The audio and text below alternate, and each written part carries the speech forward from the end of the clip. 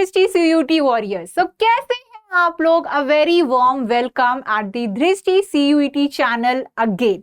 आज का ये वीडियो उन सभी बच्चों के लिए बहुत बहुत बहुत ज़्यादा इम्पॉर्टेंट है जो अपनी CUET 2020-27 की जर्नी शुरू करने वाले। ये वीडियो खास है उन सभी बच्चों के लिए जो अभी क्लास 12th उन्होंने स्टार्ट किया है और जो कुछ बच्चे हैं जिन्होंने इस साल कॉलेज जर्नी को ड्रॉप करने का सोचा है और अच्छे स्कोर पे फोकस कर रहे हैं ताकि उनका जो करियर का फाउंडेशन है which is the selection of the college वो और भी अच्छा हो सके।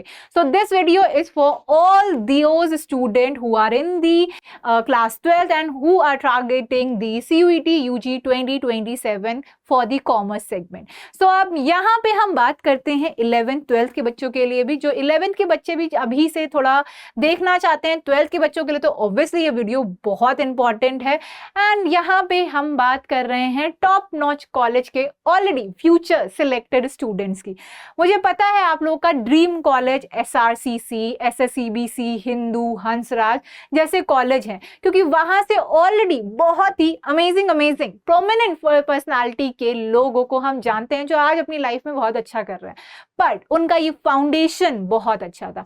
तो बिना किसी अननेसेसरी स्ट्रेस के और मैक्सिमम स्कोर कैसे अचीव करना है इसके बारे में बात करते हैं और वीडियो को एंड तक जरूर देखना, इट इज वेरी इंपॉर्टेंट, क्योंकि आज मैं आपको एक रोड मैप बताऊंगी जो कि लिटरली आपको बहुत सारी कंफ्यूजन और बहुत सारे स्ट्रेस से रखेगा दूर। ठीक है, तो चलो शुरू करते हैं with the reality talk and हम देखते हैं कि हमें अपनी ये जर्नी शुरू कैसे करनी है। ठीक है, सो यहाँ पे हम बात करेंगे उन सभी क्लास 12th के बोर्ड एग्जाम जो देने के अभी तैयारी में है, साथ ही साथ उन बच्चों की जो CUET 2027 टारगेट कर रहे हैं। देखो, पहली बात तो समझ लो ये बोर्ड एग्जाम और CUET 2027 एक जैसा नहीं है। बहुत सारे लोग सोचते हैं कि मैम क्या सिलेबस तो सेम ही है, देखा था कॉमन है, ये पढ़ रहे हैं तो ये तो अपने आप हो जाएगा। नहीं, यहीं भी आप गलत चल गए, ऐसा नहीं होगा। ठीक हो, देखो ये आपका जो आता है बोर्ड वो प्योर सब्जेक्टिव होता है। यहाँ पे आपके 3 आवर्स में आपको 34 कुछ ऐसे क्वेश्चंस करने होते हैं, स्टेप मार्किंग मिल जाती है और स्कूल लेवल पे होता है, तो आपको पता है स्कूल इसकी तैयारी आपको पूरी करा रहा है, बट ये टोटल अलग होता है। ये 100% MCQ बेस्ड होता है, ऑब्जेक्टिव होते हैं, 60 मिनट्स होते हैं, 50 क्वेश्चंस करने होते हैं, स्पीड बहुत मैटर करती है along with the accuracy. Negative marking भी होती है जिसमें अगर आपने कुछ गलत किया तो यहाँ पे आपके मार्क्स भी गए, मतलब वो मार्क्स तो गए ही गए, एडिशनल मार्क्स जो सही थे वो भी चले गए।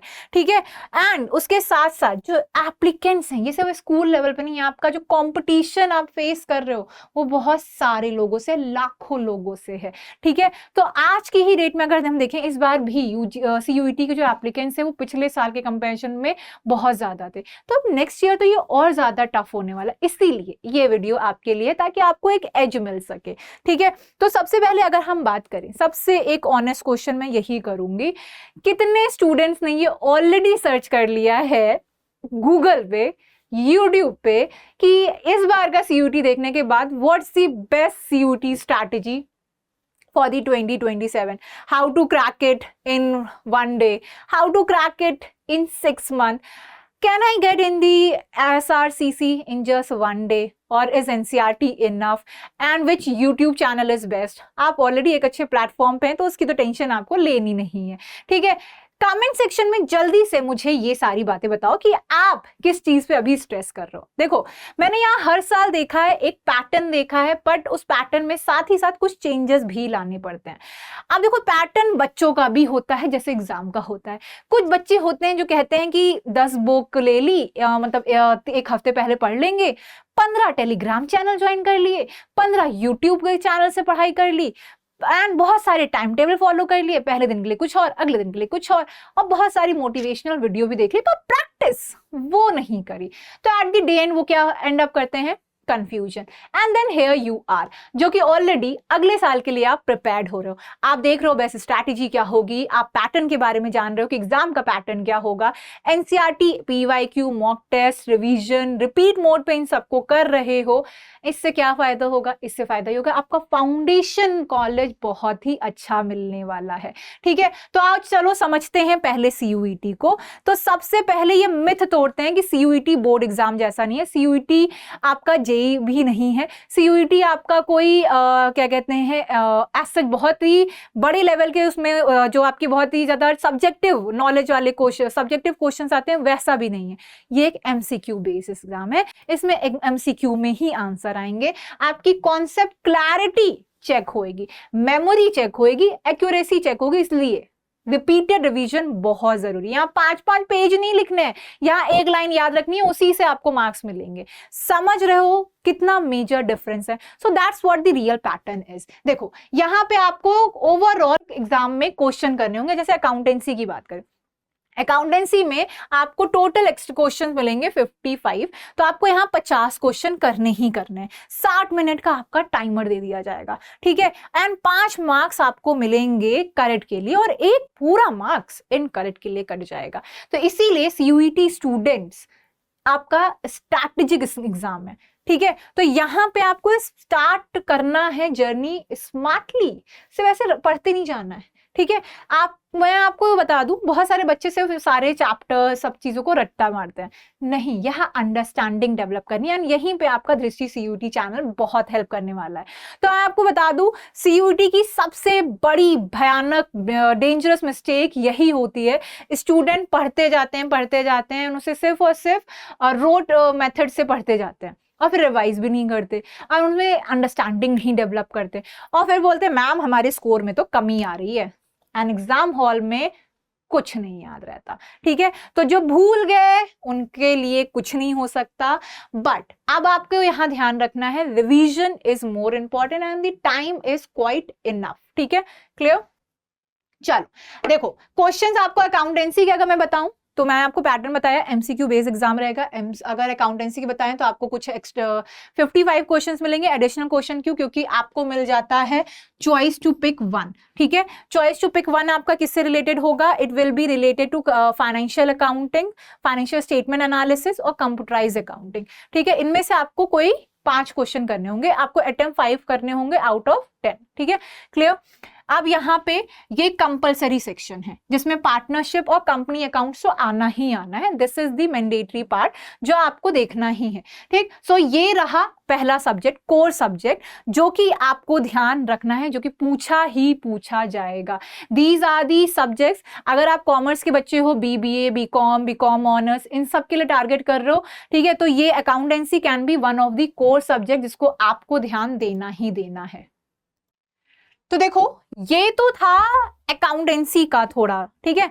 मैं इससे पहले आपको जल्दी से कौन कौन से सब्जेक्ट डोमेन आपको करने पड़ सकते हैं, मतलब सब्जेक्ट क्या क्या अटेम्प्ट करने पड़ सकते हैं, ठीक है। तो देखो ये आपको सेक्शन वाइज करना पड़ेगा, ठीक। जो आपको सेक्शन देखने हैं, पहला सेक्शन होगा सेक्शन 1, ये आपका लैंग्वेज का सेक्शन होगा। ये किसका सेक्शन होगा? लैंग्वेज का, ठीक है। आप देखो इसमें आपकी 23 अराउंड आपकी लैंग्वेजेस है। आप जैसे इंग्लिश, हिंदी या आपकी जो भी रीजनल लैंग्वेज है आप उसका एग्जाम दे सकते हो। तो एक लैंग्वेज का एग्जाम तो देना होगा। तो मोस्ट ऑफ दी बच्चे इंग्लिश चूज कर लेते हैं या हिंदी चूज कर लेते हैं, क्योंकि इससे यूनिवर्सिटीज टू यूनिवर्सिटी जो गेट ओपन होते हैं वो भी डिपेंड करता है। तो आप ये भी थोड़ा ध्यान दे देना, ठीक है। या तो हिंदी चूज कर लो, या आपको जो भी लैंग्वेज आपको लगे कि इस लैंग्वेज से हमें इस यूनिवर्सिटी में भी आराम से एडमिशन मिल जाएगा, हाँ वो आप ले सकते हो, उसमें कोई ऐसा दिक्कत नहीं है। दूसरा है आपका सेक्शन 2। सेक्शन 2 पूरा डोमेन बेसिस होता है। डोमेन सब्जेक्ट कौन से होते हैं? जो आपने क्लास 12th में पढ़ाई की होती है, ठीक है। आपने जो क्लास 12th में पढ़ाई की है उससे रिलेटेड सब्जेक्ट आपको सीयूईटी में भी देखने को मिलेंगे। वो सब्जेक्ट आपको चूज करना होगा। अब जैसे आप कॉमर्स की बात करो तो आप अकाउंटेंसी, बिजनेस स्टडीज, इकोनॉमिक्स, इनमें से किसी को चूज कर सकते हो। अब ये सब्जेक्ट चॉइस भी डिपेंड करेगी कि आपको किस कॉलेज में कौन सा कोर्स लेना है। वहां पे आप चेक कर सकते हो उनकी एलिजिबिलिटी क्राइटेरिया और उसके अकॉर्डिंग आप इन सब्जेक्ट्स को चूज कर सकते हो, ठीक है। क्लियर? फिर आपका आता है सेक्शन 3। कई जगह ये सेक्शन 3 का भी रिक्वायरमेंट होता है जिसको कहते हैं जर्नल एप्टीट्यूड टेस्ट, ठीक है। तो जर्नल एप्टीट्यूड टेस्ट भी काफी जगह मांगा जाता है, तो वो भी आपको ध्यान देना पड़ेगा। ठीक है, सो ये 3 डोमेन्स के हैं बात, ठीक, मतलब ये 3 सेक्शंस में आपका एग्जाम कंडक्ट हो सकता है।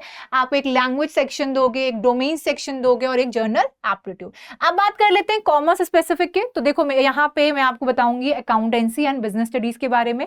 ठीक है, अकाउंटेंसी का मैंने आपको बता दिया कि प्रॉपर आपको 55 क्वेश्चन देखने को मिलेंगे, आपको 50 ही करने हैं। आपको कुछ क्वेश्चंस ऑप्शन में देखने को मिलेंगे विच इज दीज। ठीक है, आपको या तो फाइनेंशियल स्टेटमेंट के क्वेश्चन करने या तो कंप्यूटराइज। ठीक, आप स्किप कर सकते हो, ध्यान से देख के करना। आपको टोटल 50 क्वेश्चंस ही करने हैं, ज्यादा नहीं। This is the syllabus. Syllabus आपका काफी हद तक क्लास 12 के सिलेबस से मैच करता है। पार्टनरशिप आ रखी है, दी कॉन्स्टिट्यूशन ऑफ पार्टनरशिप है, ठीक है, डिसोल्यूशन है, कंपनी अकाउंट्स है, एनालिसिस ऑफ फाइनेंशियल स्टेटमेंट है। ये सारी यूनिट से आपके एमसीक्यू बनेंगे। ठीक है, जो एमसीक्यू का फॉर्मेट होगा वो रीजनिंग बेस्ड भी हो सकता है, एजर्सन रीजन के क्वेश्चंस होंगे, मैच द फॉलोइंग के क्वेश्चंस हो सकते हैं, आपके जर्नल कॉन्सेप्ट क्लैरिटी चेक करी जाएगी। ठीक है, सो ओवरऑल देखा जाए पार्टनरशिप एंड कंपनी अकाउंट्स का वेटेज काफी ज्यादा है एंड फाइनेंशियल स्टेटमेंट एनालिसिस का वेटेज थोड़ा कम रहता है। ठीक, बट गेम चेंज करने के लिए 5 मार्क्स भी बहुत इनफ है। ठीक है, इसके साथ साथ अगर हम बात करें सिलेबस में जो कवर करना है, आपको पार्टनरशिप कंपनीज पे ज्यादा ध्यान देना है। ठीक है, एंड उसके साथ साथ जो आपको यहाँ पे वर्क करना है अकाउंटेंसी के सब्जेक्ट्स पे या बिजनेस स्टडीज को, जो आपको एमसीक्यू किस तरह के देखने को मिलेंगे, theory based concept definitions check हो जाएंगी, मैच दी फॉलोइंग्स जहां पे आपको कॉलम्स को लिंक करना होगा, जर्नल एंट्रीज भी चेक हो सकती हैं, numericals, case studies, assertion reasoning. समझ गए? ठीक है, इसके साथ साथ बिजनेस स्टडीज का यहाँ पे अब हम बात करते हैं। बिजनेस स्टडीज में भी जो आपके कॉन्सेप्ट्स होते हैं वो क्लास 12 से रिलेटेड होते हैं, बट उनको पूछा जाता है काफी ट्वीक करके। ठीक है, ये आपके state board and ICSE student के लिए थोड़ा सा डिफिकल्ट है, क्योंकि उनको थोड़ा सिलेबस डिफरेंस देखने को मिल सकता है। सीबीएसई वालों को ऐसा दिक्कत नहीं होती है, क्योंकि उनका जो सिलेबस है वो काफी हद तक सेम रहता है। ठीक है, अब यहाँ पे बात करते हैं इसकी स्ट्रैटेजी। तो देखो, फाउंडेशनल बेसिस पे आपको कुछ चैप्टर्स मिलेंगे, nature, significance, principles, business environment. ठीक है, यहाँ पे एक आपको ध्यान रखना है कि एनटी ने ऑफिशियली लिमिटेशन ऑफ कंट्रोलिंग हटाया, तो कंट्रोलिंग, प्लानिंग, ऑर्गेनाइजिंग, ये सब प्रोसेस आपको पूछा जाएगा, इससे भी क्वेश्चंस आएंगे। क्वेश्चंस आसान नहीं होंगे, बहुत ही ज्यादा केस स्टडी बेस्ड हो सकते हैं। फाइनेंशियल मैनेजमेंट से आ सकता है, मार्केटिंग से आएंगे आपके concept, financial market, consumer protection. So this is actual the business studies का आपका syllabus, nature, significance, principle, business environment, planning, ठीक है, ऑर्गेनाइजिंग, स्टाफिंग। इसमें आपका फाइनेंशियल मार्केट भी बहुत इंपॉर्टेंट रोल प्ले करता है, business finance, consumer protection and, तो ये सभी आपका कोर्स का पार्ट बनाते हैं। तो इन सब में आपको क्या ध्यान देना है? आपको ध्यान देना है फर्स्ट मूवर एडवांटेज का, कंसिस्टेंसी मेंटेन करनी है। यहाँ पे वही स्ट्रैटेजी काम आएगी जहां पे आप कंसिस्टेंट हो, डेली पीवाईक्यू लगा रहे हो, एनसीईआरटी आपके लिए सबसे पहली बुक होनी चाहिए। ठीक है, अगर आप अभी से शुरू कर रहे हो एनसीईआरटी फॉलो करो, उसके साथ साथ डेली मॉक्स लगाने की कोशिश करो, या तो आप सेक्शनल मॉक्स लगाओ। सेक्शनल मतलब आप छोटे छोटे टॉपिक से रोज क्वेश्चन लगाओ। ठीक है, कोई यहाँ पे हिडन स्ट्रैटेजी नहीं है, प्रैक्टिस, कंसिस्टेंसी एंड डिसिप्लिन, यही सारी चीजें आपको आगे बेटर करेंगी। ठीक है, तो आज की डेट में स्टार्ट करते हो तो आपको क्या रहेगा, कॉन्सेप्ट क्लैरिटी, सिलेबस क्लैरिटी अच्छी रहेगी, कॉन्सेप्ट पे पकड़ अच्छी रहेगी, क्योंकि सब्जेक्टिव वे में चीजों को लिखना और ऑब्जेक्टिव वे में चीजों को बताना काफी डिफरेंस होता है। ठीक है, जब आप पेपर करोगे तभी आपको पता भी चल जाएगा, एंड जब मतलब 1-2 आप अभी मॉक लगाना शुरू करोगे ना, आपको पता चलेगा। तो सबसे पहले अकाउंटेंसी पे फोकस करते हैं। ठीक है, एंड उस पे ध्यान देना है हमें।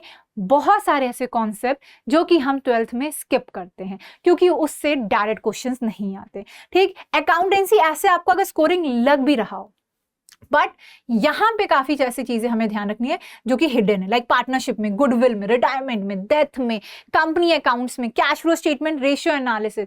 तो अकाउंटेंसी थ्योरी और सिर्फ प्रैक्टिकल सब्जेक्ट ऐसे करके नहीं, मतलब इसको ऐसे समझना कि ये स्ट्रैटेजिक सब्जेक्ट भी हो सकता है।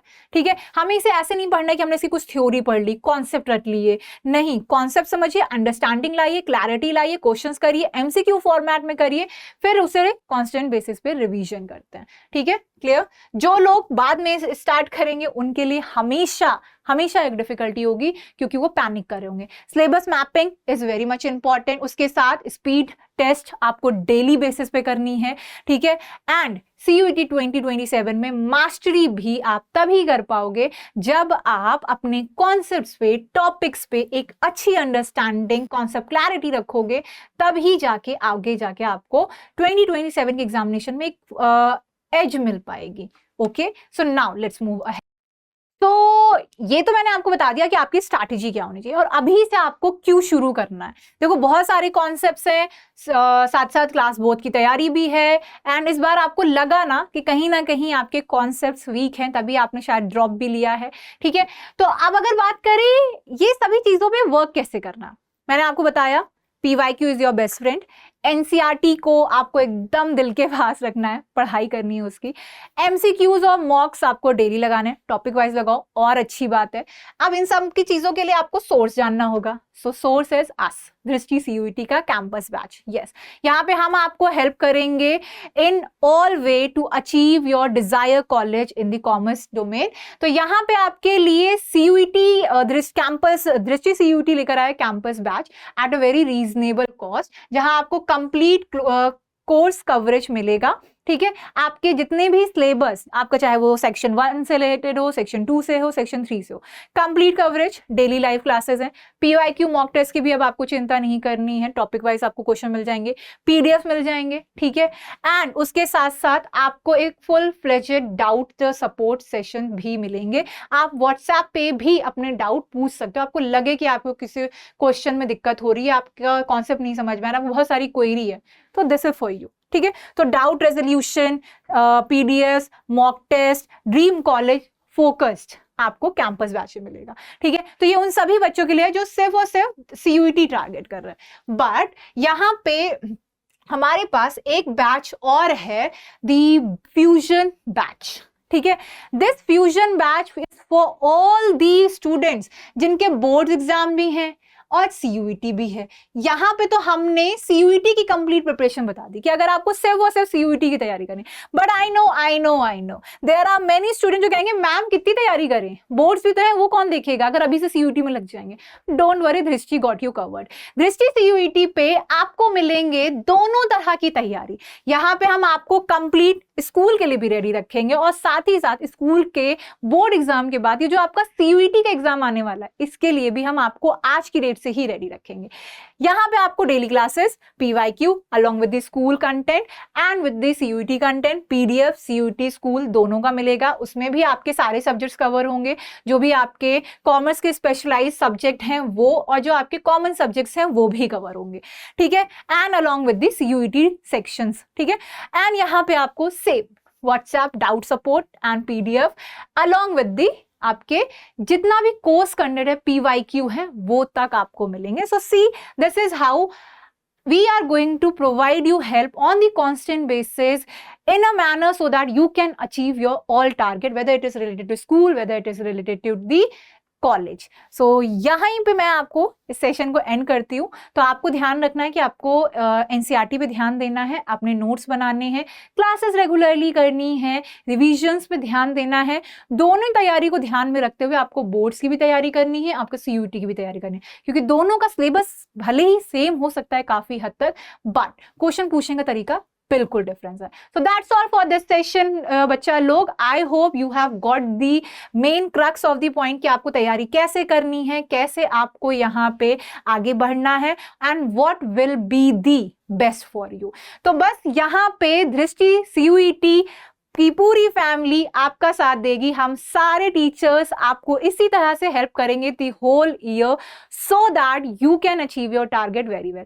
ध्यान रखना, success is not about being the smartest, success is always about being the most consistent. So मिलते हैं अब नेक्स्ट वीडियो में। Till then, study smart, stay consistent, stay hydrated, stay healthy, always keep moving towards your dream college and towards your dream career. So bye everyone. Here your Shweta ma'am is signing off from the Drishti CUET. We'll meet again. Till then, take care. अब exam की तैयारी को और बेहतर करने के लिए हमारे चैनल को लाइक, शेयर और सब्सक्राइब करना ना भूलें।